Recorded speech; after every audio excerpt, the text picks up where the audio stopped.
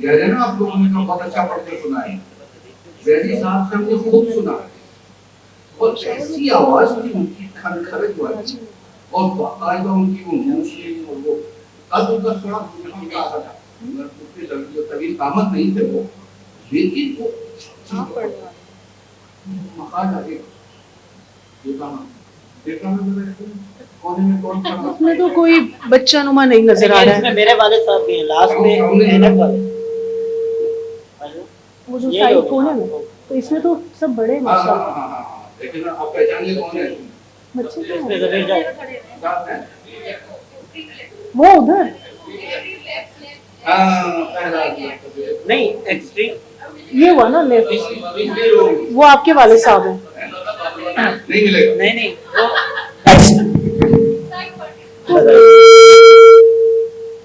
یہ بالکل کون ہے وہی میں آپ ماشاءاللہ بالکل ویسے کے ویسے ہی آپ آج تک.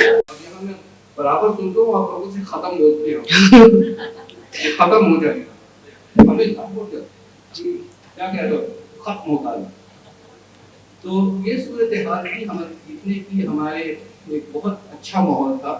تو میں بتا رہا تھا کہ زیدی صاحب ایک خاص گھن گرج سے پڑھتے تھے. تم نے اس گھن گرج سے نہیں پڑھا تم نے بھی پڑھا وہ آواز نہیں نکال پائے جو زیدی صاحب تھے اور وہ محفل پر پوری تناؤ کے ساتھ حاوی ہو جاتے تھے. یہ مجھے اچھی طرح ہے. تو نظموں کی تو آپ نے نہج دیکھ لی کہ ایک بالکل انقلابانہ ذہنیت کے مالک تھے. ان سے ناانصافی برداشت نہیں ہوتی تھی بالکل نہیں ہوتی تھی اور وہ ہمارے ابا جی کے ساتھ اسی بات پہ لڑتے تھے کہ آپ بہت کمپرومائز کرتے ہیں اور اس وجہ سے زیدی صاحب پیچھے رہ گئے کہ وہ کمپرومائز کرنے والے آدمی نہیں ہیں.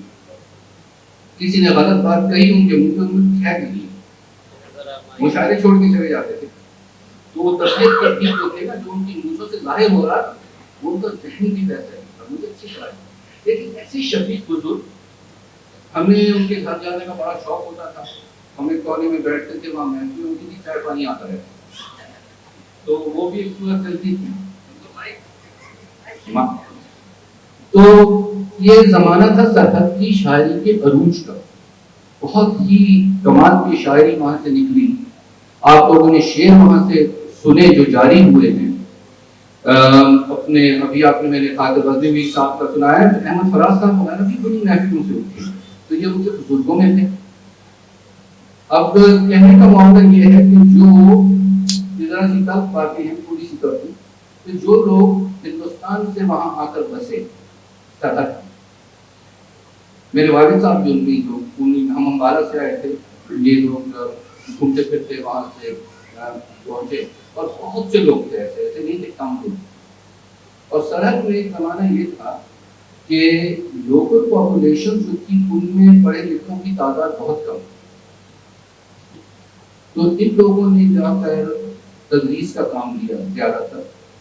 باقی جو کام کیے دفاتر میں جیسے لیکن جب اپنے لوگ وہاں پر پڑھ کر آ گئے تو وہ تم نے ان کی نظموں میں وہ گلا شکوہ محسوس ہوتا ہے جو ہمارے والد صاحب کی سوچی کہ بھئی ہم نے تو بہت لوگوں کو سنبھال کے یہاں تک لائے اب ہم اگر جب ہم وہاں پہنچ رہے ہیں تو اب تم ہمیں رستے سے ہٹا رہے ہو.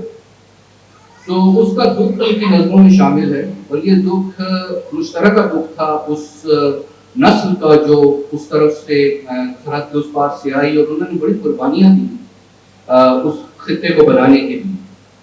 بلکہ ہمارے ابا جی بھی لاگ نہیں رکھتے تھے کہ سارے تن پر ڈنک کھا کر سارے تن پر تھے بہت حیران ہم ڈھونڈتے تھے بچھوؤں کے شہر میں انسان. تو یہ جو زیدی صاحب کے اس میں بھی یہ سب کے وہاں پر یہ سامنے آ گئی اور اطلاع کا دور انہوں نے بہت دیکھا. ہم سب نے دیکھا سب نے مشکلات کا دور دیکھا لیکن زیدی صاحب نے بہت کھل کر اور بہت واضح طور پر احتجاج کیا.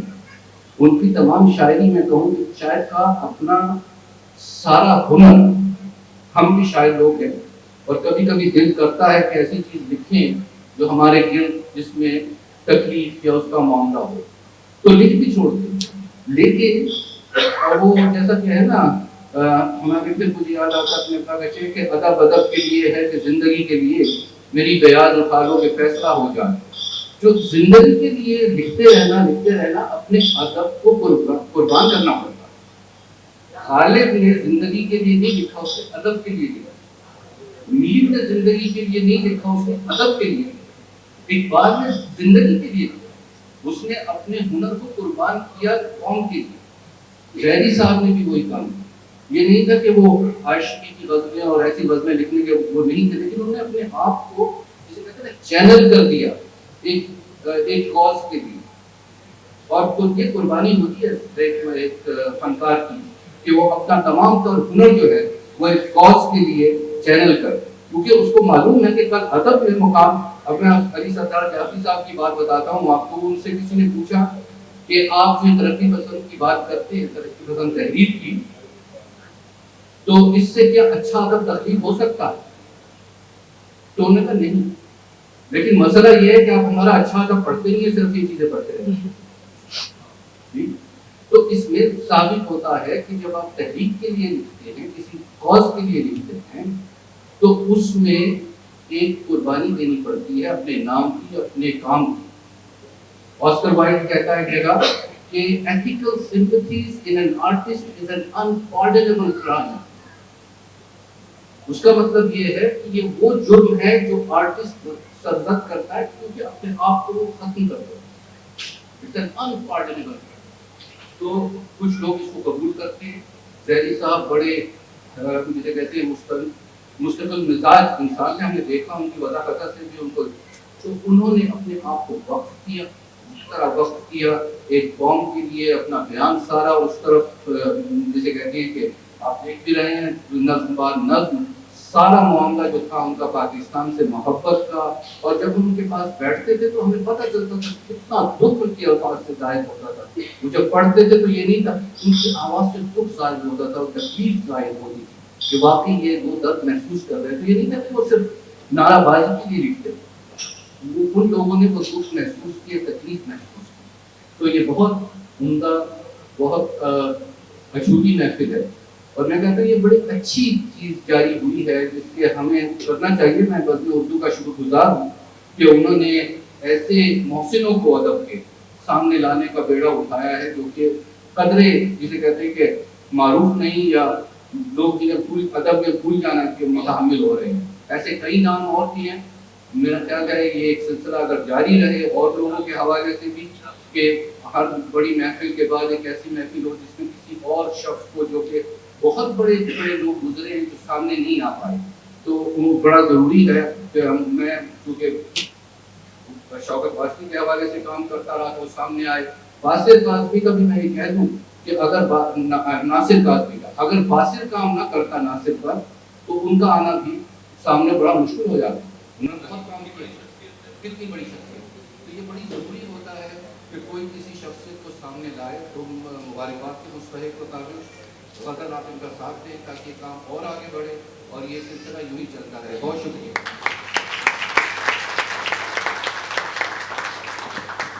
بہت بہت شکریہ ڈاکٹر واسطی صاحب آپ کا. اور جیسا کہ آپ نے فرمایا کہ بزم اردو کو یہ چاہیے کہ ایسی شخصیات کو سامنے لائے جو اتنے معروف نہیں ہو پائے جتنے کہ وہ مستحق تھے. اسی کڑی میں ہم کوشش کر رہے ہیں ہمارے میں جی میں وہی کہنے کی کوشش کر رہی تھی. میں جو کہنا چاہ رہی تھی وہ یہ کہ ہمارے ٹیم کے جو بزم اردو کے ٹریجرار ہیں اور بہت سینئر ممبر ہیں ندیم احمد صاحب, ان کے والد صاحب شوکت پردیسی صاحب جو ہیں وہ بھی ایک بہت معتبر شاعر اور ادیب ہوئے ہیں.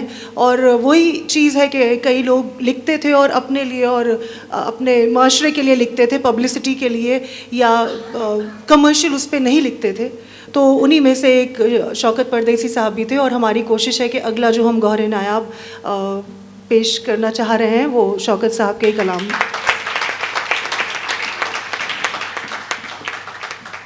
تو آپ نے جیسا کہ فرمایا کہ وہ مطلب معاشرے کے لیے لکھتے تھے, جو ایک تحریک چل رہی تھی اس سلسلے میں, لیکن انہوں نے شروعات جو 19 برس میں کی وہ عاشقی اور محبت اور اس سے ہی کی. اور انہوں نے اپنے AV میں جو کہا تھا کچھ دیر پہلے وہ میں نے یہاں کوشش کی جلدی سے لکھنے کی. تو وہ خود کہتے ہیں